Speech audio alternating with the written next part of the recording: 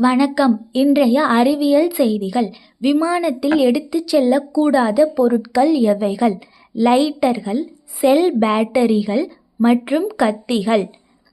அதனுடன் தேங்காய், சமையலுக்கு உபயோகப்படும் தேங்காயையும் விமானத்தில் எடுத்துச் செல்ல தடை விதிக்கப்பட்டுள்ளது. எதன் காரணமாக என்றால், தேங்காயின் ஓடு மிகவும் கடினமாக இருக்கும் மற்றும் தேங்காயில் ஈரப்பதம் இருக்கும். விமானம் வானத்தின் உயரத்தில் பறக்கும் பொழுது காற்றழுத்த மாற்றம் ஏற்படும். இந்த காற்றழுத்த மாற்றத்தால் ஈரப்பதம் உள்ள தேங்காய் உடைய வாய்ப்புள்ளது.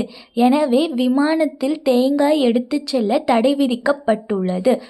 மற்றும் பயணிகளின் ஹேண்ட்பேக்குகளில் 100 மில்லிலிட்டர் அளவுடைய திரவம் மட்டுமே எடுத்துச் செல்ல விமானத்தில் அனுமதிக்கப்படுகிறது.